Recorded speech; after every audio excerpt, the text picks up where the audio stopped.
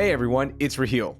El Niño, El Niño, El Niño. I keep hearing about El Niño in regards to this year's hurricane season. But what exactly does that mean? And how will El Niño impact Houston when it comes to storms? ABC 13 Chief Meteorologist Travis Herzog joins me today to help us learn about El Niño and the hurricane season forecast for this year.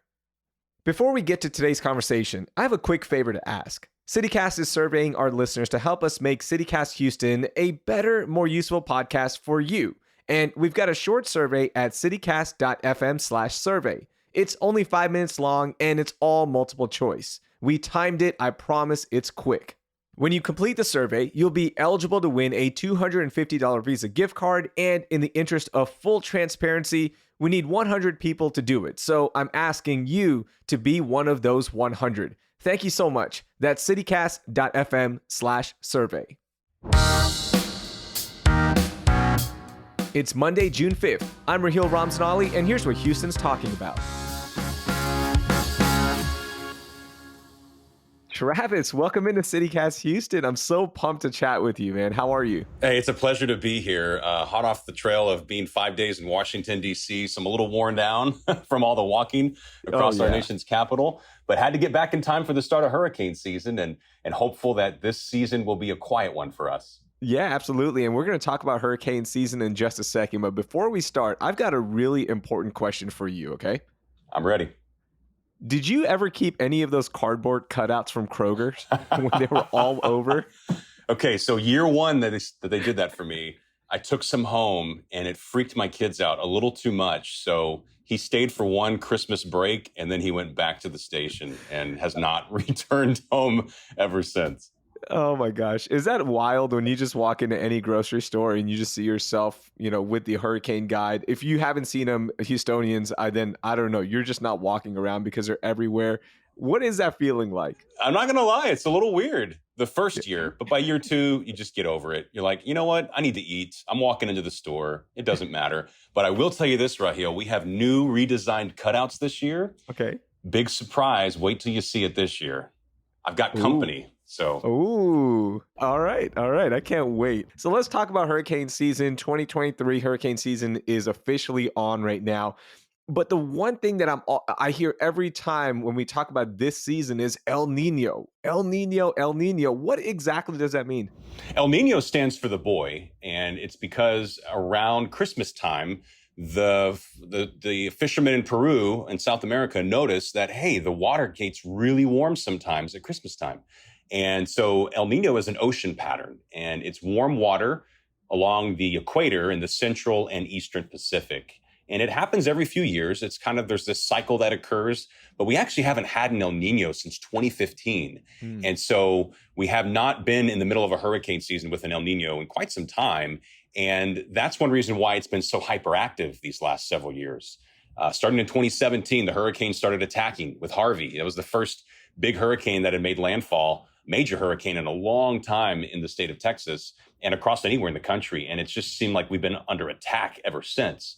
So we care very much about El Niño because what typically happens with an El Niño is that warm ocean water, it changes the jet stream patterns across the globe. And in the Atlantic basin, you get stronger winds that you'd think strong winds, wouldn't that be good for hurricanes? No, hurricanes like weak winds to develop. When you get strong, what's called wind shear, when the wind's changing direction with height and speed, it tears these things apart. And so we like El Niño because it usually gets the number of storms down. The less storms that are out there, the lower the odds someone's going to get hit. But we always like to say, no matter what the season calls for, it only takes one to make it a bad season. I did some interesting research, though, Raheel. Since 1950, which is about as far back as the reliable El Niño, La Niña records go, since 1950, not a single hurricane has hit Texas when there's an active summertime El Niño. Wow. We're not there yet. Yeah. We're not there yet. We need to get there, but we're almost there. That doesn't mean it can't happen, but it definitely, for Texas anyway, greatly reduces the odds of a hurricane strike. We can still get tropical storms, and as we know, anyone that's spent any amount of time here, a tropical storm can still wreak havoc. But usually El Niños cause the amount of storms to go down, and the strength of storms is usually lower as well. So we like El Niño. So with El Nino, that's good for hurricanes, but as you mentioned, tropical storms. 2015 was the last time we had an El Nino year. I remember this because my daughter was born in 2015, and we had the Mhm. Memorial Day floods, and Yes. we had so much rain activity. Does that mean with an El Nino year, we're going to have a lot more major rain activity storms? Typically, that will happen at some point during the peak of an El Nino cycle. And in 2015, we were in the peak of the El Nino. So right now we're on the front end of it. So if we don't see the big rains picking up now, give it a year or two, and we likely will. Unfortunately, I mean that's the story of Houston when it comes to weather is flooding. And so we had those big rains that started in 2015, the Memorial Day flood, the Tax Day flood in 2016. It seemed like every holiday we were just getting Yeah. slammed with some new flood. We may be entering back into one of those cycles. Doesn't mean necessarily that your house is going to be impacted greatly, but there may be parts of Houston or parts of Southeast Texas that do experience some significant rain events over the next couple of years. So how long does an El Nino cycle run in terms of years? Most El Ninos last 1 or 2 years. Okay. It's rare for them to extend beyond that. And it's really fascinating, Raheel, how an El Nino develops in the first place. So when there's not an El Nino going on, like the last 3 years, we've been in La Nina, which is the opposite pattern. It's colder than normal along the equator in the Pacific. Well, the way that happens is you have winds that blow from South America across the equator towards Indonesia. And that long push of wind causes the water to pile up in that part of the Pacific basin over towards Australia and Indonesia. And the water actually gets to be anywhere from 1 to sometimes 3 feet higher in the Western Pacific than the Eastern Pacific. And so the reason the El Nino happens is the wind can no longer hold all that water up. And so it's like sloshing back in a bathtub, and it starts spreading back east. And all that warm water that's been piling up there near Australia, Indonesia comes towards South America. And so that's why you have these 1 or 2 year seasonal cycles. Mm. But there can be long stretches where we have neither El Nino nor La Nina, and we call that La Nada.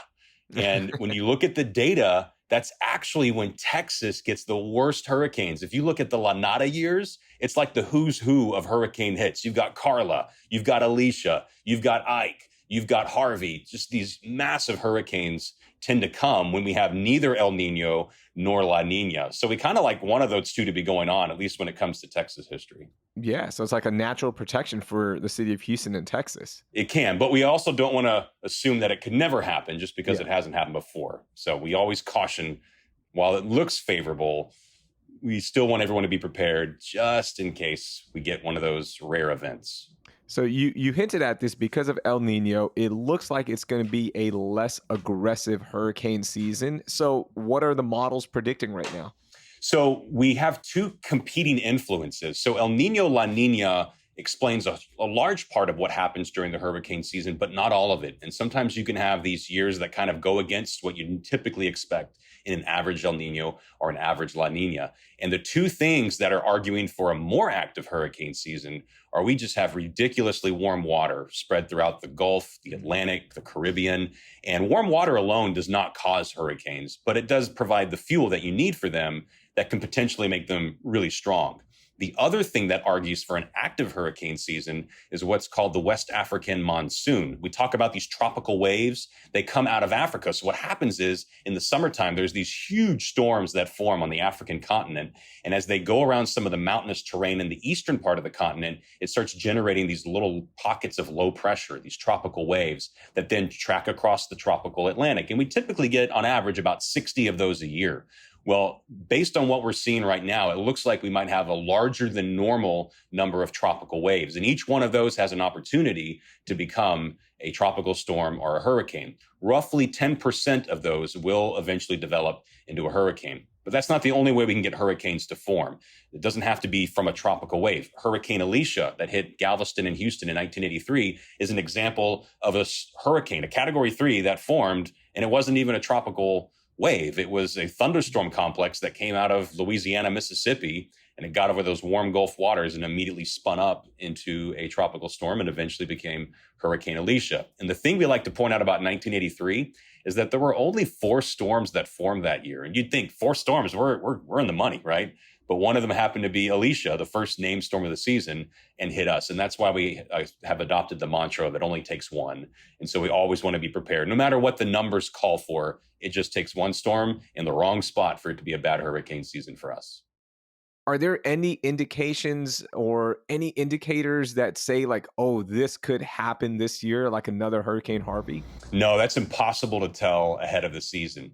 There are some forecast groups that are pioneering some work predicting where storms may go. Not exactly what town's going to get hit, but hey, we think Texas might have a greater chance this year, or we think Florida might have a greater chance this year. But no one can tell you more than 2 weeks out, even if the storm's going to form, much less where it's going to go. So we've gotten a lot better at predicting where they will go once they form. An example of that is today's 5-day forecast. 5 days out is as accurate as a 1-day forecast was in 1980. And the thing to point out about Harvey too, Raheel, is that we didn't really get hit by the hurricane part of Harvey. We got hit by the outer rain band. So there's different parts to the hurricane.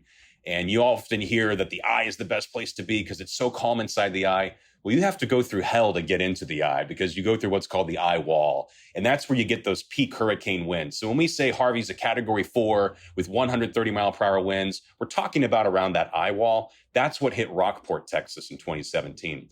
What was unusual about Harvey is you had this big bad hurricane that just stopped. And we were stuck in those outer rain bands for days and days and days. The strongest winds we got from Harvey were gusts around 55 recorded at Hobby Airport.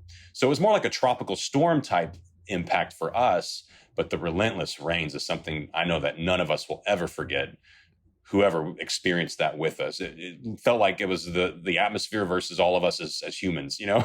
Yeah. And what I like about the aftermath of natural disasters, I hate the disasters themselves, but I love how we come together as a community to lift one another up, love on each other, and help each other out to rebuild and recover. We're a resilient people. It's just a way of life down here.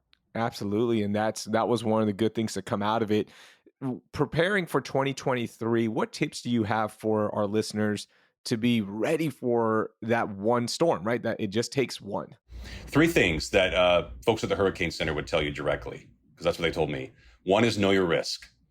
Are you in a part of Southeast Texas or even the city of Houston that is prone to storm surge flooding? What's the storm surge? It's that high tide that comes in with the hurricane. Mm-hmm. Back when Hurricane Ike hit Galveston in 2008, there was a 15-foot storm surge tide that came into the Bolivar Peninsula, and it literally wiped the town of Gilchrist off the map. Only a handful of homes were left standing. That's the deadliest and most dangerous part of a hurricane. Most destructive by far is the moving water. And so we have to get people out of those storm surge zones. And there are some zip codes on the southeast side of Houston and Harris County as you get into the ship channel closer to Galveston Bay that are in evacuation zones. Now, it would take a category 3, 4, 5 to get the water that far inland. So not every storm is going to do it. But you need to know your risk. What's your risk of wind damage? Know if you're in an evacuation zone or not. And we only evacuate for storm surge. And it's not like just some wave that comes in. It's literally the Gulf of Mexico goes up 15 feet and stays that way for hours on end. And then you have giant waves on top of that. So you do not want to cross paths with that. In some cases, it's unsurvivable. The second thing then is once you know your risk, you need to develop some sort of a plan and gather supplies. So most of us don't live in evacuation zones. And the thing that we are encouraged to do, if we don't need to rely on electricity for medical equipment and other needs, is to hunker down. And so be prepared to stay put for 3 days with food and water so that you let the hurricane pass and then let them clear up the roads and get the power lines off the ground. And then if you need to get out after that. Or if you do have a legitimate reason to evacuate beforehand, make that part of your plan. Figure out where you could stay elsewhere in the state if you have family or friends elsewhere, or if you need to rely on a shelter, or if you do have medical needs, or you're elderly, or you have elderly loved ones that need to get out ahead of time because of their medical conditions, you can dial 311 and set up, pre-register them to evacuate. All right, finally, before I let you go, what is it like being at the station during a major storm where you know you have to be there, your entire team has to be there, you're the chief meteorologist? What is that feeling like, and how much sleep do you get? Very little sleep. I'll answer that one right out of the way. We usually go on 12-hour shifts, 12 on, 12 off, but it's honestly difficult to fall asleep because there's so much happening and you want to see what's happening next. You want to help where you can. And it's really hard to stay away to just set your work down and be like, okay, I'm going to check out for 12 hours. No, we're getting blasted, right? It's a major event. But we have a sense of real purpose and mission as we go about our job. And the last time that I did that during a hurricane was during Harvey. And I was the one on shift when the bad flood hit Houston on that Sunday morning, August 27th. And I'll never forget that we're starting to get these photos coming in of people sitting in the crawl space of their attics and their legs are dangling out and there's water coming up to their feet. And that can be really traumatizing when you see the devastation that's happening. You're hearing the pleas of people begging to be rescued out of their attics and they have no way out. They're trapped. It's really, really challenging. But when you're in the moment, the adrenaline's there and you're just focused on, I've got to get the information out to the people. And so when I finished my 12-hour shift, I realized I hadn't had a sip of water or a thing to eat in 12 hours. I was dehydrated, and when I just kind of crashed after that, physically, emotionally, it was just a little bit broken in that moment. Just, there's the fear of the unknown. We were still expecting more rain to come. How's my family going to fare in this? Because they haven't gotten out of town. They're in their neighborhood, and I'm getting reports of the water's coming up and what's going on at home. And that's always the challenge for anyone that works during these natural hazards when these are coming through. But it's one of those things where we know that's just the way it is. So in a way, in those moments, I consider ourselves like trauma surgeons. You hope you never really have to go visit a trauma surgeon, but you're very grateful for what they do if they're ever needed, right? And that's kind of what it is when it comes to the weather. We hope you'll join us on a day-to-day basis to see what's going on, just kind of have a feel for what potential threats are out there. Yeah. But we know that most of you are going to really tune in when we know something big is coming. Well, I appreciate all the work that you and the entire team puts in during those major storms. We always watch you, and I watch you on the good days too. All right. Hey, look, it's 85 degrees with no clouds. I'm watching. All right. I just need you to confirm it. So I appreciate everything you guys do. Have you seen our new meteorologist yet? No, not yet. Yes. So we have expanded our weather team, Raheel. We are the largest weather team in Houston, maybe Texas now.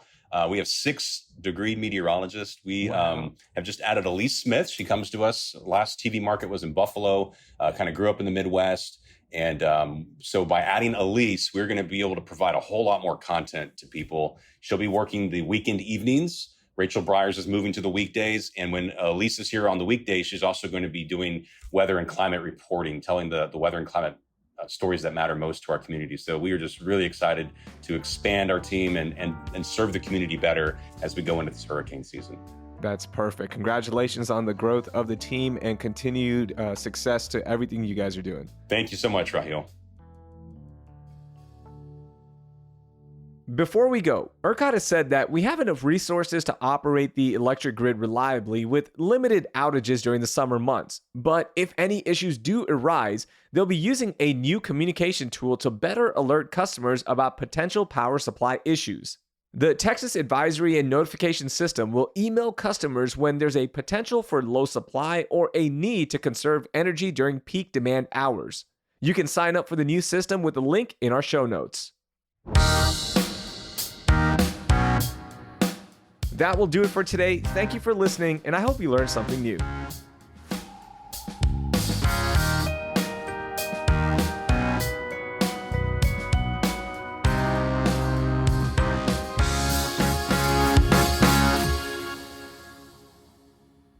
Resources to operate the electric grid reliably with limited outages.